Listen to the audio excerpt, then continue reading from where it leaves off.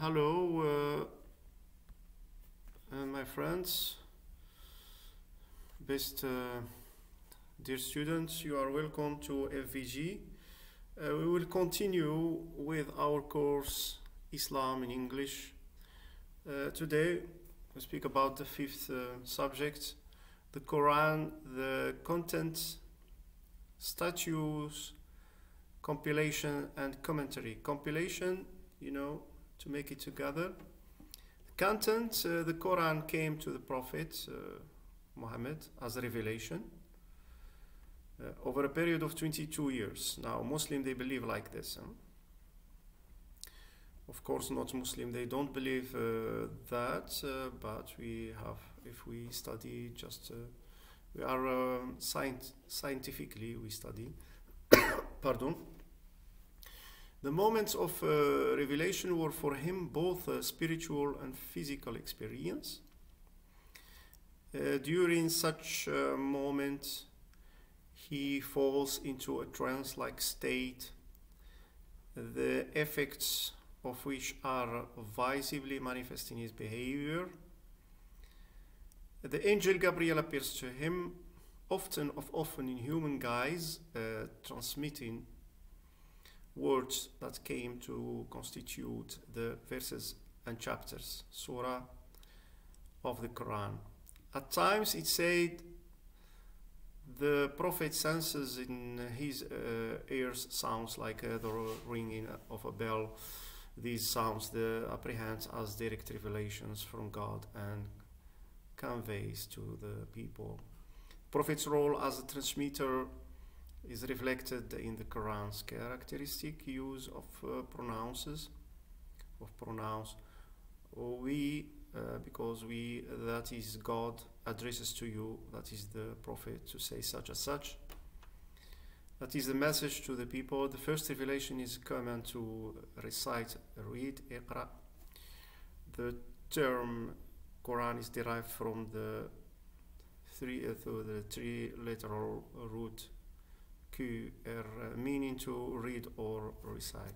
The Quran is accordingly meant to be recited or chanted aloud rather than to be read to oneself silently. Muslims understand it as revealed, literally sent down to Muhammad in separate portions, vary in length. The early Meccan surahs are generally brief, powerful verses. The later ones are narratives or tales of earlier prophets and their communities through which the Quran aims at creating an ummah community united by faith. Enjoining good conduct and dissuading people from evil and indecent behavior. The surahs revealed in Medina are fewer in number but longer, presenting didactic arguments, discourses and legal pronouncements. The Quran became tied to the life of the community.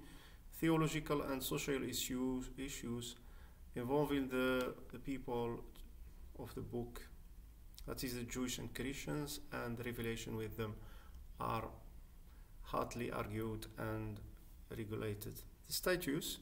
Muslims believe that the Quran is immutable heavenly book preserved by God in the mother of the book, like I said last time, of source of all revelation. As they came, the Prophet dictated revelations immediately to one of a group of men known as the scribes of revelation. He did because he was unlettered, and so he was a pure receptacle for the divine word and proof that the words of the Quran are not his own, but were revealed to him by God. The language of Quran came to set the standard of Arabic literary express, and recitation of it remains in Arabic. Rendering into another language is considered an interpretation, not the Quran itself. Throughout the Muslim world, the Quran is recited on most special public occasions and daily on radio and television. Quranic recitation is an art of great virtuosity and hypnotic power. Through the art of calligraphy, the words of Quran have been a central motif in Islamic art. Compilation of the Quran. When the Prophet died, the Quran was scattered in fragments and partial private collections, written on stones, bones, palm leaves, and animal pergaments. There apparently existed minor but often significant variation in the reading of certain words or phrases. As Islam spread outside Arabia, major disagreements in the reading pointed up the need for standard or official collection to be used throughout Islamic territory. The task was initiated by Abu Bakr, the first Caliph, or the first successor of the Prophet, because he feared the loss or distortion of the orally transmitted text through the death of a large number of Quran reciters. The process was completely completed under the reign of the third Caliph Uthman, died in 656, within 20 years of the Prophet's death. Since that time, the Quran has remained unchanged, except of addition of vowel diacritics and minor adjustment in the ordering of certain verses. Tradition asserts that while the verses of each individual surah were arranged by prophets at Gabriel's instruction, the order of the surahs in Revelation one to another, roughly in decreasing order of length, was fixed by the committee that Uthman appointed. The 140 surahs are separated by the invocation that proceeds. Each Bismillah ar-Rahman ar-Rahim, in the name of God, the All-Merciful, Compassionate. After the surah, the opening, the Al-Fatiha, the longest surahs were placed first. This arrangement made it possible to determine with certainly the chronology of the recitation of Quran. The Quran does not present a unified and coherent book. It rather reflects a gradual and often circumstantial process of accumulation. But behind this apparent disunity and incoherence, there is clearly and discernible unity of message, purpose, and worldview.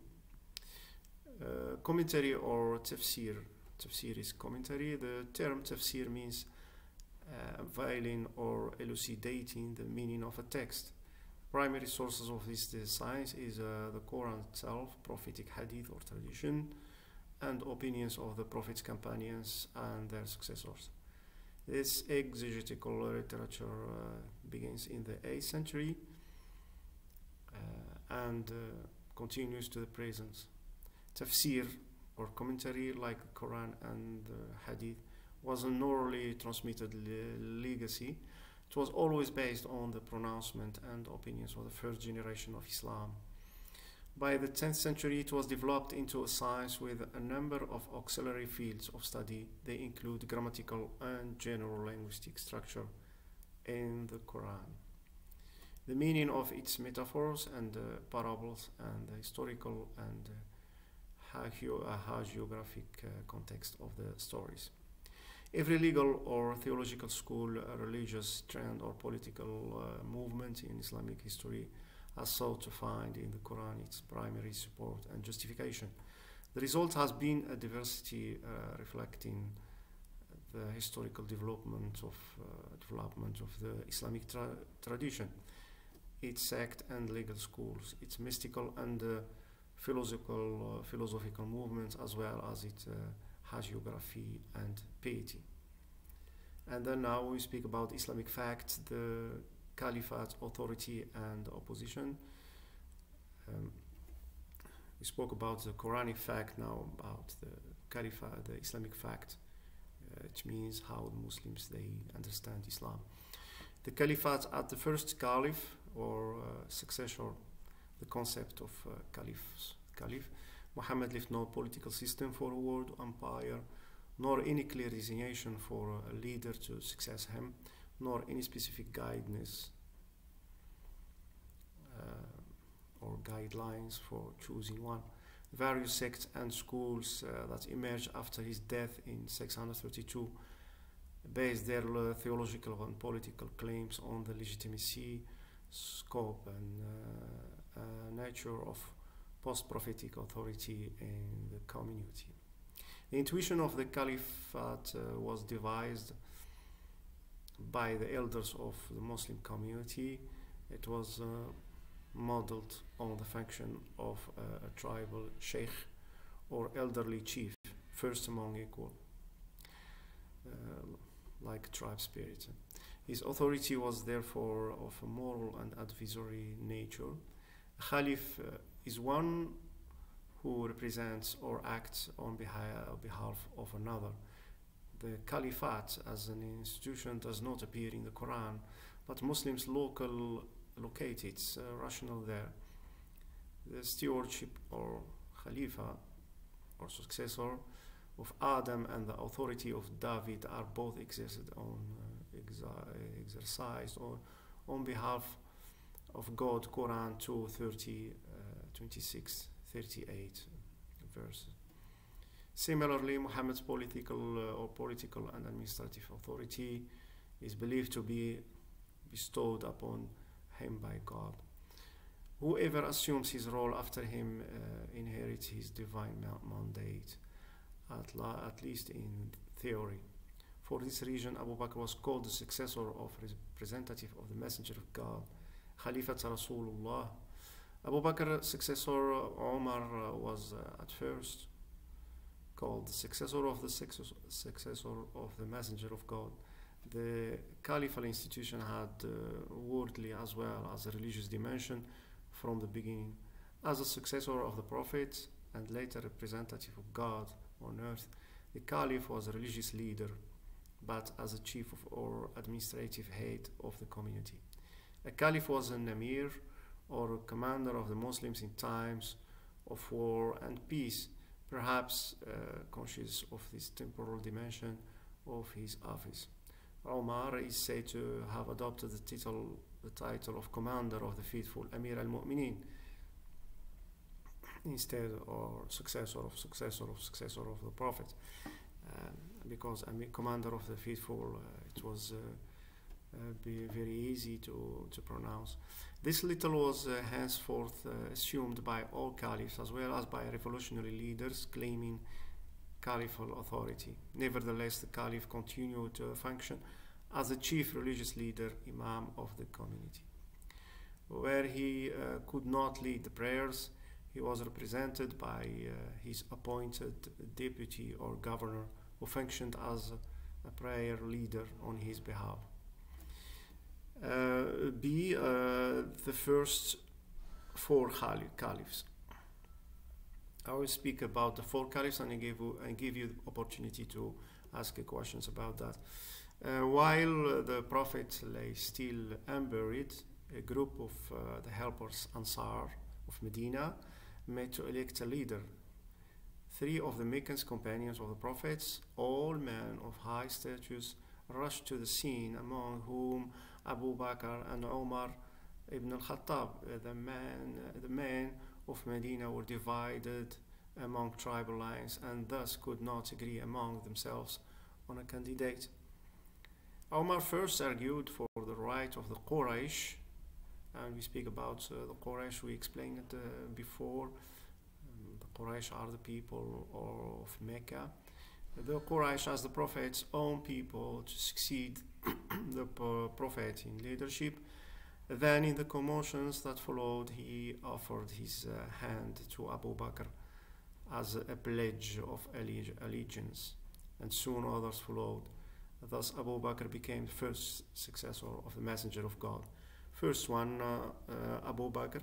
Abu Bakr was not elected in accordance with the principle of consultation or shura, clearly enunciated in the Quran 24, verse 38, nor was he chosen by the representative tribal council that customarily choose a sheikh or sayyid, chief of the tribe. Rather, from the beginning, the election of Abu Bakr presented a deep division between the immigrants, Muhajirun, and helpless Al-Ansar on the one hand, and the Hashemites and the other clans of the Quraysh on the other. The notables of the Quraysh outside the clan of Hashim favored Abu Bakr because he was one of them, a highly respected companion and father-in-law of the Prophet. The Hashemites, being the nearest relative of Muhammad, expected that one of them would be chosen, by many of them favored Ali ibn Abi Talib, the cousin and son-in-law of the Prophet, and the first after his wife Khadija to embrace Islam when he was about 14 years old. In the end, everyone pledged allegiance to Abu Bakr. His rule was brief, 632-634, but highly significant for the survival of Islam and Muslim community. He had to consolidate his own authority and fight several pretenders to the prophetic office after Muhammad's death. Moreover, a number of nomadic tribes around Medina or Al-A'rab, considering their pact with the Muslim community to have ended with the death of its leader, refused to pay the zakat alms. These wars, known as the Wars of Apostasy, occupied most of Abu Bakr's reign, but they laid the firm foundation of an Islamic state in an otherwise semi-nomadic Arabian peninsula. They also trained and disciplined a highly motivated army which burst out of Arabia to change the shape of world history. I think last time you asked me where did they find if a lot of tribes they became apostates when Muhammad found an army. Well, I think also there would be not only Muslims in his army, but there was also not Muslims, which they were paid when they made war. That we spoke about it in the last course. I think that was one question of you. It was a clever question. So we speak about Omar.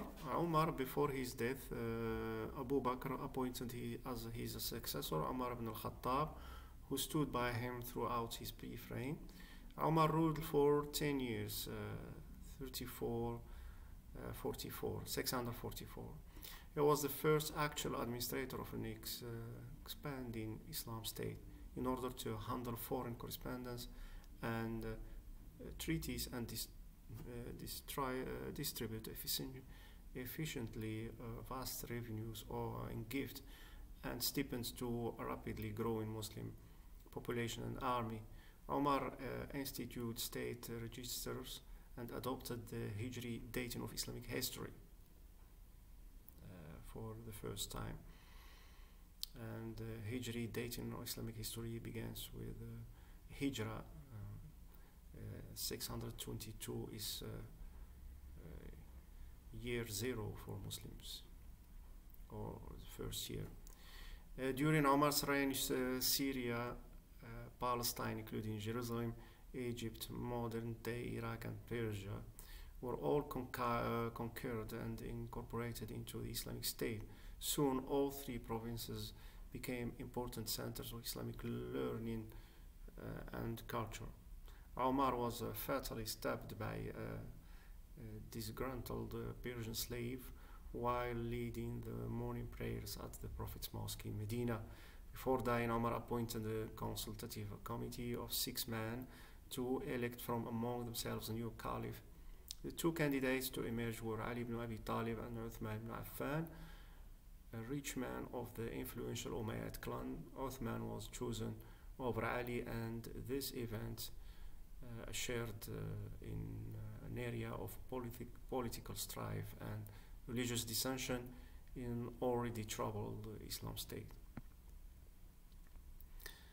So this information are known. They are in a lot of books of Islam. They repeat. We find them in almost all the recognized books of Islam from the early age of Islam. If it is true, of course. Uthman ruled for 12 years, 644-656. He was a pious and generous man, a close companion to the Prophet and twice his son-in-law. But as he grew older, his Umayyad relatives manipulated him to their advantage. They result in nepotism and the abuses of authority, of basic Islamic principles of justice and fairness, led to the first major sedition, fitna, in the Muslim community. Uthman's governor in Egypt was a close relative against whom the people brought sharp complaints. Uthman was unable to deal decisively with the problem, and a mob of Egyptian and local insurgents besieged the house of the Caliph and killed Uthman. In Arabian society, relatives were expected to avenge murder. The governor of Damascus, Muawiyah ibn Sufyan, an Umayyad relative of Uthman, agitated the people to exact revenge for Uthman's blood. Muawiyah accused the Prophet's companions, particularly Ali, of being accomplices in the murder of the Caliph, as they had failed to protect. And the fourth and the last Caliph, which we will speak about today, Ali, fearing that things might deteriorate even further, the man of Medina anonymously acclaimed Ali, a nephew of the Prophet and one of his sons-in-law, as the fourth Caliph. He died in 661. Muawiyah, however, continued with even greater zeal to demand that Ali, as the Caliph, should punish the murderers of Uthman. Ali refused to accept this demand as a condition for the legitimacy of his authority. This led to the division of the Muslims into two camps: the partisans of Uthman and the party Shia of Ali. The split involving Ali's partisans, or Shiites, over against the majority of Muslims termed Sunnis, gave rise to the Islamic community principal division, which lasts to the present day. Islamic historic divisions began as practical conflicts over community leadership, though over time justifications for them were sought in a point of theological doctrine. Ali moved the capital from Medina or to Kufa, a garrison town in southern Iraq, where Ali had strong support. Ali was a man of high ideals. He rejected the compromises and diplomatic maneuvers demanded by a complex political office such as the Caliphate has become. He therefore removed Uthman's favored relatives from office and appointed instead his own ideologically motivated supporters. Muawiyah, who had been appointed by Omar as governor of Syria many years earlier, and who ruled as traditional monarch over a highly urbanized and loyal population, refused to abdicate. Ali and Muawiyah met in battle in 657 on the frontier between Iraq and Syria. The fighting parties chose two arbiters, but their negotiations were inconclusive and matters remained unresolved. Ali was murdered in 661 by a fanatic. His supporters proclaimed his older son Hassan as a caliph after him. Realizing his own weaknesses and Muawiyah's strength, Hassan chose to end the bloodshed and conclude a peace agreement with Muawiyah. Thus, Muawiyah became the founder of an Umayyad dynasty which ruled a vast Islamic empire for nearly a century, which we will speak about in the next course. I thank you very much, Dominic, for your attention. And if you have a question, please ask them openly, please, and goodbye.